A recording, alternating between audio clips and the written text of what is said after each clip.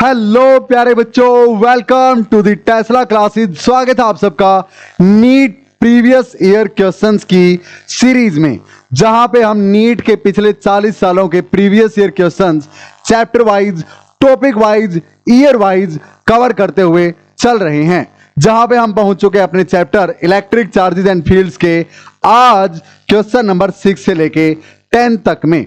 जी हाँ, I hope पिछले 5 questions आपने अच्छे से कर लिए होंगे, उन कंसेप्ट्स को अपनी जेब में डाल लिया होगा। हर क्वेश्चन के साथ क्या कंसेप्ट है वो आपको समझना है, वो आपको प्रायोरिटी पे रखना है। ये PYQs आपको जी हाँ लाइन क्रॉस करवा ही देंगे, ऐसा मेरा वादा है आपसे। चलिए फिर without any delay let us come to the question number 6। हाँ, नीचे डिस्क्रिप्शन में जाके आप पहले के 5 क्वेश्चन अच्छे से एक बार कर सकते हैं। प्लेलिस्ट पे चले जाइए और बाकी सारे चैप्टर्स भी एक बार कवर कर डालिए भैया, 1 बाय 1 करके। चलिए फिर क्वेश्चन नंबर 6 आपके सामने नीट 2016 का क्वेश्चन क्या बोलता है। 2 आइडेंटिकल चार्ज स्फीयर हैं, उन्हें सस्पेंड कर दिया गया एक कॉमन पॉइंट से 2 मासलेस स्ट्रिंग्स जिनकी लेंथ L है उसके द्वारा, और इनिशियली D डिस्टेंस पे है, जहां पे D है ना L से काफी कम है। यानी कुछ इस तरह का सिनेरियो है भाई।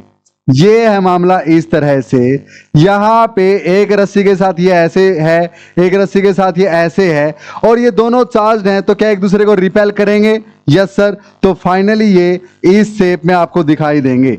किस तरह? इस तरह से सर, इस तरह। अबे हट जा, तू किस लिए आ गया भाई, हट जा। इस तरह से, यानी एक तो यहां पे आ जाएगा स्फीयर और एक स्फीयर यहां पे आ जाएगा। समझ में आई बात? तो दोनों के बीच में डिस्टेंस कितनी है उसने D दे रखी है मेरे ख्याल में। दोनों के बीच में इनिशियली डिस्टेंस कितनी है? D है सर, ठीक है। और इनकी लेंथ L है, ये लेंथ कितनी है? L है। तो अगर मैं यहां इस सेंट्रल लाइन से ले लूं तो ये डिस्टेंस अपने पास D/2 हो जाएगी। हाँ, क्या क्लियर है? बिल्कुल। अब देखो भैया ध्यान से, The charges begin to leak from both the spheres at a constant rate। दोनों स्फीयर में से चार्ज निकलना स्टार्ट हो जाता है, तो चार्ज कम होता जाएगा, पास आते जाएंगे। हाँ, as a result the spheres approach each other with velocity v। v velocity से एक दूसरे की तरफ आने लगते हैं, v वेलोसिटी से एक दूसरे की तरफ आने लगते हैं। Then v varies as a function of distance x between the spheres. अब स्फीयर्स के बीच में डिस्टेंस के साथ v कैसे वेरी करेगा, यानी v और x का रिलेशन हमें बताना, इन चारों में से कौन सा रहने वाला है। तो देखो भैया ध्यान से, जब ये एंगल अगर थीटा है, हाँ, तो क्या आप इस एंगल को भी थीटा मान लेंगे? एक ही बात है। बिल्कुल सर। तो यहां पे इस रस्सी में ऊपर की तरफ टेंशन आएगी ऐसे, हाँ सर। तो क्या टेंशन इस तरफ T sin थीटा हो जाएगी और ऊपर की तरफ T cos थीटा हो जाएगी? बिल्कुल सर। दोनों रिपेल कर रहे हैं और इक्विलिब्रियम में यहां पे जाके रुक जाएंगे। हाँ, अदरवाइज तो और दूर जाते। यस, तो यानी यहां पे इक्विलिब्रियम में ये है, यानी T cos थीटा को इसका mg बैलेंस कर देगा और T sin थीटा को इस स्फीयर पे इसके कारण जो रिपल्सन का फोर्स है वो बैलेंस कर देगा। तो फोर्स ऑफ रिपल्सन दोनों के बीच में, ये इसको रिपेल करेगा कितने फोर्स से? K Q1 Q2 यानी Q का स्क्वायर बाय में डिस्टेंस बिटवीन देम का स्क्वायर, यानी D का स्क्वायर। क्या क्लियर है ये चीज? D को मैं x भी लिख सकता हूं, इनके बीच की डिस्टेंस किसी पार्टिकुलर पॉइंट ऑफ टाइम पे। हाँ, जब वेलोसिटी v है, बिल्कुल ये लीक होता जा रहा है। हाँ, तो डिस्टेंस x मान ली, तो x का स्क्वायर हो गया। क्या इतना क्लियर है? तो यहां पे इक्वेशंस को लिख देते हैं, this is equal to this, this is equal to this. So T sin theta is equal to k q square by में एक्स स्क्वायर। बिल्कुल सर। और T cos theta is equal to mg ने balance कर रखा उसको। I hope audio and video is going good. Yes, तो यहां पे T cos theta is equal to mg। आप दोनों को ना डिवाइड कर दो, क्योंकि टेंशन को अपने को रखना ही नहीं है, टेंशन तो वैसे भी नहीं रखनी होती भाई। सो T यहां से हटा दिया, sine theta by cos theta tangent theta होता है। So tangent theta will be equal to k q square by में mg x स्क्वायर। अब अगर थीटा स्मॉल है, if theta is small then tangent theta is nearly equal to sin theta। बिल्कुल, and that is equal to perpendicular by hypotenuse. तो इस triangle में ये perpendicular है ये हाइपोटेनियस है तो ये x/2 का काम करेगा। अगर डिस्टेंस x है किसी पॉइंट ऑफ टाइम पे तो x/2 बाई में l, तो इसको लिख देंगे x/2 बाई में l, तो l नीचे, यानी tangent theta nearly equal to sine theta, इसकी वैल्यू ये है। तो x/2l की वैल्यू ये हो गई आपके पास, x/2l की वैल्यू आपके पास k क्यू स्क्वायर अपॉन में mg x स्क्वायर हो गया। आई होप इट इज क्लियर। तो एक्स स्क्वायर को ऊपर ले आओ, तो यहां से एक्स क्यूब जो है, x cube is equal to 2l k q square upon में mg हो जाएगा। बाकी सबको आप उस तरफ ले गए, इस तरफ सिर्फ के एक्स क्यूब रख लिया। अब 2 कांस्टेंट है, लेंथ भी कांस्टेंट है भैया स्ट्रिंग की, K कांस्टेंट है, Coulombian constant G 9.8, mass of the sphere भी कांस्टेंट है, फिक्स है जितना है, यानी एक्स क्यूब जो है ना वो प्रोपोर्शनल है क्यू स्क्वायर के, एक्स क्यूब क्यू स्क्वायर के प्रोपोर्शनल है। लेकिन सर हमें तो एक्स और v में रिलेशन निकालना है, एक्स और क्यू में नहीं, तो अब v कैसे लेके आए भाई? चलो उसके लिए हम क्या करेंगे, अब यहां पे आप देखेंगे x cube is proportional to q square, यानी एक्स इज, हाँ x cube is proportional to q square, तो एक्स की power 3/2 is proportional to q, ऐसा लिख सकते हो। हाँ, इस पावर 2 को इस तरफ ले आओ, 1/2 हो जाएगा, यानी 3/2 हो जाएगा। Clear? So x 3/2 is proportional to q. अच्छा, अब आगे देखो, v लेके आना हमने इसमें किसी तरह, तो यहां पे हम क्या करेंगे, x की power 3/2 is proportional to q. इससे पिछला स्टेप क्या था sir, x cube is proportional to q square, yes और नो। वेलोसिटी लेके आने किसी तरह, इसको डिफरेंशिएट कर दो बोथ साइड t के रिस्पेक्ट में, सो 3 आगे आ जाएगा, हाँ x क्यूब का डिफरेंशिएशन 3 आगे x स्क्वायर और d/dt ऑफ x, यस और नो। अरे क्लियर है, पावर एक कम हो जाती है, पावर आगे आ जाएगी और पहले से एक पावर कम, इज प्रोपोर्शनल टू, हाँ क्यू स्क्वायर 2q और d/dt ऑफ क्यू। अब एक बात बताओ, कांस्टेंट रेट से लीकेज हो रहा है चार्ज, यानी variation change in charge per unit time constant रहेगा, बिल्कुल रहेगा, ये रहेगा कांस्टेंट। dx/dt होता है वेलोसिटी, हाँ यानी एक्स स्क्वायर इनटू में velocity is proportional to 2q, ये कांस्टेंट है ही, इनटू में कांस्टेंट और बाय में 3 भी कांस्टेंट, तो ये सारे हट जाएंगे, प्रोपोर्शनलिटी का साइन बचेगा, x square v is proportional to q, yes. और ये भी था x की power 3/2 is proportional to q, तो मैं क्यू को रिप्लेस करके x की power 3/2 is proportional to x square v लिख सकता हूं, बिल्कुल। तो यहां पे v के प्रोपोर्शन में x की कितनी पावर है, 3/2, यहां पे x स्क्वायर यहां पे, तो x की पावर 3/2 माइनस में 2 इज प्रोपोर्शनल टू v, यानी x की power -1/2 is proportional to v, yes और नो। अरे पावर नीचे थी, एक्स स्क्वायर नीचे था, ऊपर गया एक्स की पावर -2 हो गया, तो अगर बेस सेम है तो पावर ऐड हो जाएंगी, 3/2 -2 -1/2, and this is the answer, x की power -1/2 is proportional to v। देखो क्या आंसर में है, x की power -1/2 is proportional to v। I hope it is quite clear, so C is the right option, C आपका सही answer हो जाएगा। चलें आगे, I hope it is quite clear, simple था भैया। नेक्स्ट क्वेश्चन आपकी स्क्रीन पे नीट 2013 का सिमिलर सिनेरियो सा है, क्योंकि स्फीयर दे रखे हैं, ऐसे पिथ बॉल्स दे रखी, स्फीयर की बजाय खुद से कर सकते हो, बिल्कुल सिंपल मैथ्स है भैया, थोड़ा सा मैथ तो है। देखो क्या बोलता, पॉज करो, खुद से सोल्व करो, ना हो तो मेरी तरफ आना है, अदरवाइज स्किप करके आगे चले जाओ। देखते हैं क्या बोलता है। 2 पिथ बॉल्स हैं, एक ये और एक ये, यहां पे है, यहां पे है, फिर ये यहां पे है, यहां पे है, 2 सिनेरियो हैं, पहले ये था फिर ये कर दिया गया। The equilibrium separation between them is r distance पे है। Now the strings are rigidly clamped at half the height.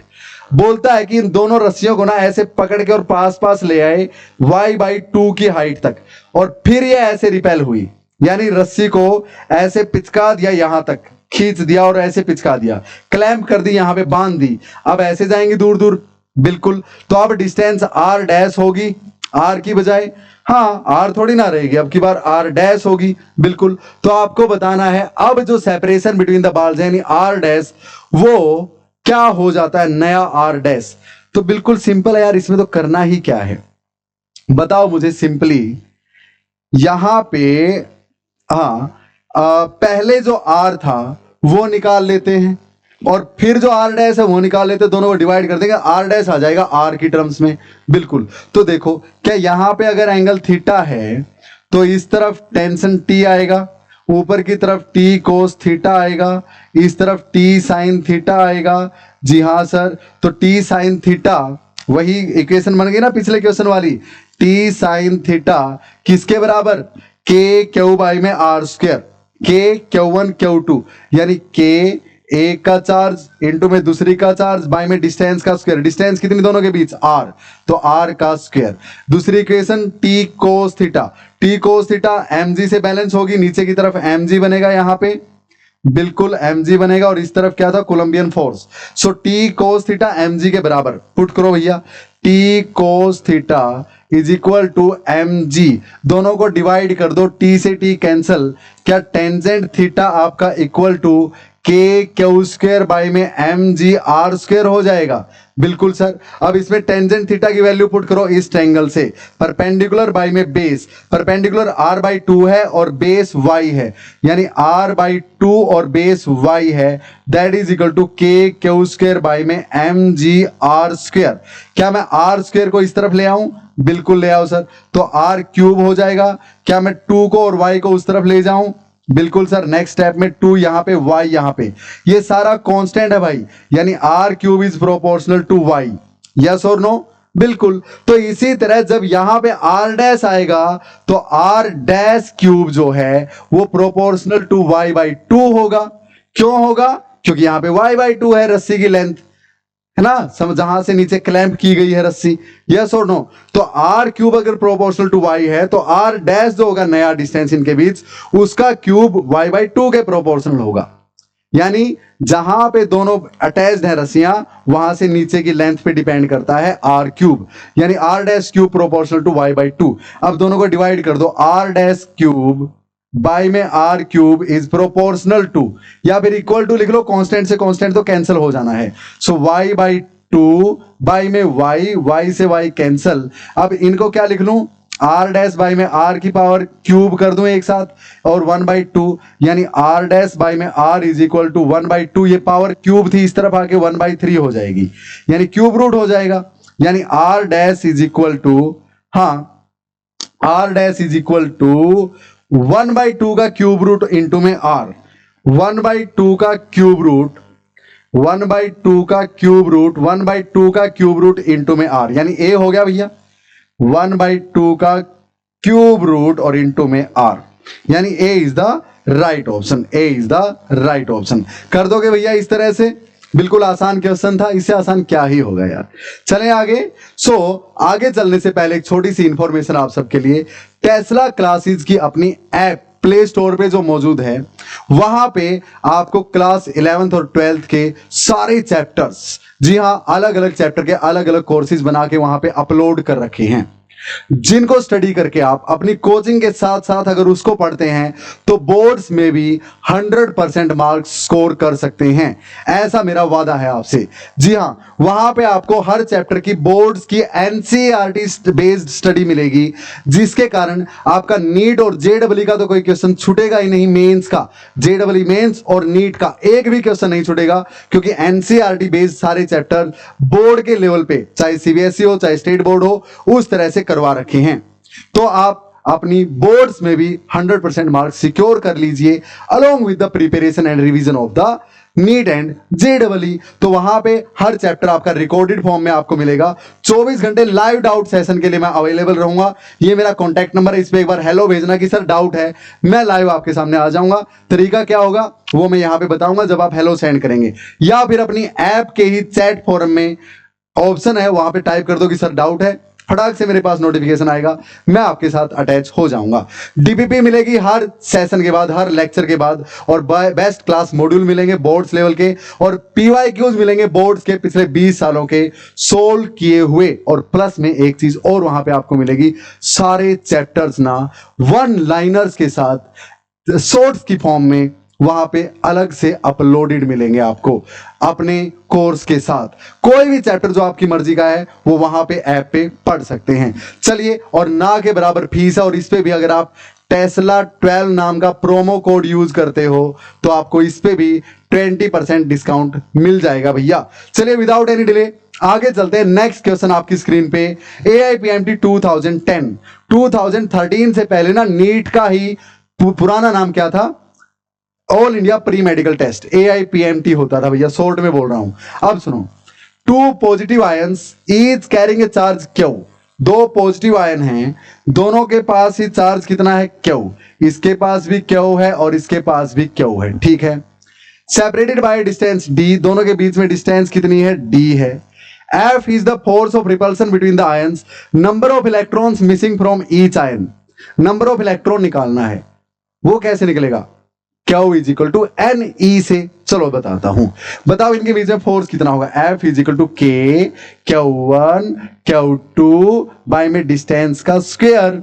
Yes sir. अब K को आप क्या लिख सकते हैं? 1/4 पाई एप्सिलॉन नॉट, तो K बाद में लिख लेंगे, चलो ठीक है। तो यहां से F क्या होता है सर? F तो ma के इक्वल होता है, लेकिन उसका तो फंडा है नहीं, क्योंकि F तो एज इट इज रखना है सब में, तो F को ऐसे का ऐसा हम रख लेंगे, ठीक है सर। तो Q की वैल्यू यहां से निकाल दो।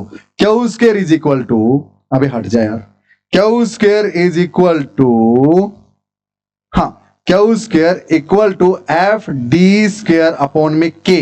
हाँ ठीक है, यानी Q is equal to FD square upon में K का अंडर रूट। Yes sir.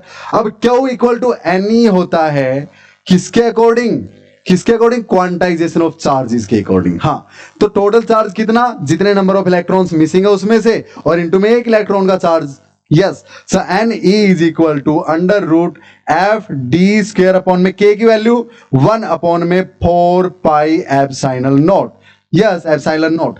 अब क्या निकालना? नंबर ऑफ इलेक्ट्रॉन्स मिसिंग, तो E को यहां ले जाओ। हाँ, तो मैं E को N is equal to 1/E under root FD square 4 pi epsilon naught. अब इस E को अंदर दिखाना अगर है, क्योंकि ऑप्शंस में E बाहर नहीं है अंडर रूट से, देखो यहां पे, तो E अंदर लेके जाना है, तो यहां से हटा के यहां पे E का स्क्वायर ना लिख दूं, ताकि अंडर रूट को कैंसिल करके बाहर E ही आ जाए। एक ही बात है। तो कौन से ऑप्शन से मैच है भैया आपका? अंडर रूट के अंदर 4 pi epsilon naught FD square और ओवर में E square. C is the right option. फटाफट नोट करो, कर दोगे। बहुत आसान, 15 सेकंड का क्वेश्चन है, समझाने में टाइम लगता है और कुछ नहीं है। नेक्स्ट क्वेश्चन आपकी स्क्रीन पे, क्वेश्चन नंबर 9। एक और बहुत ही आसान, लेकिन 99% बच्चों ने ये क्वेश्चन गलत किया होगा। AIPMT 2003 का ये क्वेश्चन क्या बोलता भाई? An electron is moving around the nucleus of a hydrogen atom in circular orbit of radius r. The Coulomb force F between the two. अब हाइड्रोजन एटम के अंदर ना एक प्रोटॉन होता है, एक इलेक्ट्रॉन होता है, बिल्कुल, दोनों के बीच में डिस्टेंस r के बराबर है, क्योंकि रेडियस r दे रखा है। तो फोर्स कितना होगा sir? F is equal to K Q1। अब E प्रोटॉन पे चार्ज इंटू में Q2 इलेक्ट्रॉन पे भी चार्ज E, लेकिन प्रोटॉन पे पॉजिटिव है तो इलेक्ट्रॉन पे नेगेटिव। लेकिन सर आप तो फोर्स निकालते टाइम साइन मैटर ही नहीं करते, ऐसा बोल रहे थे। तो भैया यहां पे देखो ऑप्शंस में ना वेक्टर फॉर्म में फोर्स दे रखा है, तो जब वेक्टर फॉर्म में फोर्स हो ना तो विद साइन पुट करना है। तो F, तो यहां पे बाई में डिस्टेंस इनके बीच में R, तो R का स्क्वायर, और डायरेक्शन क्या होगी? अब इस पे इसके कारण फोर्स इस तरफ है, और इस पे इसके कारण फोर्स इस तरफ है, यानी अलोंग R है, तो R vector, R unit vector के अलोंग फोर्स है, ऐसा लिख देंगे आप। अब सुनो ध्यान से, so F vector is equal to, अब यहां पे क्या किसी ऑप्शन में ऐसा है यूनिट वेक्टर के साथ? हाँ, माइनस के ई स्क्वायर वाई में आर क्यूब है, पर अपने पास तो आर स्क्वायर है। यहां पे नेगेटिव साइन नहीं है, इसलिए अपने वाले से मैच नहीं कर रहा, ये गलत हो गया। इसमें आर क्यूब है, अपने वाले से नेगेटिव मैच कर रहा है, इसलिए गलत हो गया। अब वेक्टर की फॉर्म में लिख दो। एक यूनिट वेक्टर को मैं, आर यूनिट वेक्टर को क्या लिख सकता हूं? A vector divided by its magnitude. अब आर का मैग्नीट्यूड क्या होगा? आर। यस, तो आप लिख सकते हैं, माइनस को बाहर ले आऊं, के ई स्क्वायर बाई में आर स्क्वायर इंटू में आर, आर क्यूब, और ये आर वेक्टर ऐसे का ऐसा। क्या ऑप्शंस में ये वाली चीज है? जी हां, ये रही sir. So D is the right option हो जाएगा। क्वेश्चन नंबर 9 आपकी स्क्रीन पे हाजिर है। तो भैया इसी तरह 15-15 सेकंड के क्वेश्चंस हैं। नेक्स्ट कंसेप्ट सीखना है ध्यान से, क्या बोलता है? चलिए, When air is, पॉज कीजिए, खुद से सोल्व कीजिए, फिर आगे चलेंगे। AIPMT 1999, देख लो कितना पुराना क्वेश्चन, तभी तो 40 सालों के सारे। अब ये टॉपिक कौन सा चल रहा है अपना? पहले 10 क्वेश्चंस जो हैं वो कूलम्स लॉ के बेस पे हैं। आगे जो क्वेश्चंस आएंगे टॉपिक चेंज हो जाएगा क्वेश्चन 11 से। देखेंगे कौन सा टॉपिक आएगा। अभी question number 10, when air is replaced by dielectric medium of dielectric constant K। अच्छा, एयर की बजाय चार्जेस के बीच में कोई और मीडियम लगा दिया और वो मीडियम का डाइलेक्ट्रिक कांस्टेंट यानी रिलेटिव इलेक्ट्रिकल परमिटिविटी, जिसको K से भी शो करते हैं, उसकी वैल्यू इसने बोल दी K ही है, कैपिटल K ही दे रखी है भैया। ठीक है, ओके। ये किसके बराबर होता है? किसके बराबर होता है? एप्सिलॉन मीडियम बाय में एप्सिलॉन नोट के बराबर होता है रिलेटिव इलेक्ट्रिकल परमिटिविटी या डाइलेक्ट्रिक कांस्टेंट बोल लो। And this is also equal to force in vacuum by में फोर्स इन मीडियम। और इसकी ratio capacitance in vacuum by में कैपेसिटेंस इन मीडियम के बराबर होती है। वो आगे चल के पढ़ेंगे, अभी इतना ही ध्यान में रखो। अच्छा सर, आगे बोलो। तो बोलता है the maximum force of attraction between the two charges separated by distance d। अच्छा, जब मीडियम लगा दिया बीच में, पहले एयर थी चार्जेस के बीच में, एयर थी, तो उनके बीच में फोर्स कितना था? K यानी 1/4 पाई एप्सिलॉन। एयर थी तो एप्सिलॉन नोट वैक्यूम की तरह काम करेगी, क्यू इंटू में क्यू स्क्वायर बाई में R का स्क्वायर। क्लियर? अब नया फोर्स F डैश जो होगा वो किसके बराबर? 1/4 पाई एप्सिलॉन नोट नहीं, एप्सिलॉन उस मीडियम का जो मीडियम आपने लगाया है। क्लियर? और क्यू स्क्वायर बाई में R स्क्वायर। तो उस मीडियम का एप्सिलॉन कितना दे रखा है? क्या K दे रखा है? नहीं, डाइलेक्ट्रिक कांस्टेंट दे रखा है उस मीडियम का, यानी K दे रखा है। तो एप्सिलॉन m की वैल्यू होती K into epsilon note, K into epsilon note. तो लिखो यहां पे 1/4 पाई एप्सिलॉन m को लिखूंगा K इंटू में एप्सिलॉन नोट, यानी K क्या है भैया यहां पे? Dielectric constant. अच्छा, तो K इंटू में एप्सिलॉन नोट, और चार्जेस का तो वही स्क्वायर है, डिस्टेंस भी वही है। तो ये क्या है? ये पुराने वाला फोर्स, और ये बाई में K ऐसे का ऐसा बच गया, यानी नया फोर्स F डैश पुराने फोर्स से K टाइम्स घट गया, K से डिवाइड करना पड़ गया, यानी decrease by K times. Clear है ये चीज? सो आई होप आज के 5 क्वेश्चंस आपके दिमाग में फिट हो गए होंगे। पांचों क्वेश्चंस को दोबारा एनालाइज कीजिए, अपनी नोटबुक में डाल लीजिए। वादा है मेरा, ये प्रीवियस ईयर क्वेश्चंस आपके स्कोर को, फिजिक्स के स्कोर को 30% अप लेके जाने वाले हैं। चाहे आपको फिजिक्स में कुछ आता हो या ना आता हो, आपको जो कंसेप्ट यहां पे बता रहा हूं उनका ध्यान रख लेना, क्योंकि PYQs बहुत ज्यादा इंपॉर्टेंस रखते हैं नीट के एग्जाम के लिए। सो जय हिंद प्यारे बच्चों, मिलते हैं नेक्स्ट क्लास में क्वेश्चन नंबर 11 से लेके 15 तक। पढ़ते रहिए, बढ़ते रहिए, लाइक कर दीजिए, अगर सेशन पसंद आया तो अपने दोस्तों में शेयर कर दीजिए, और चैनल को सब्सक्राइब करना नहीं भूलना है। Jai Hind, see you soon with the next one.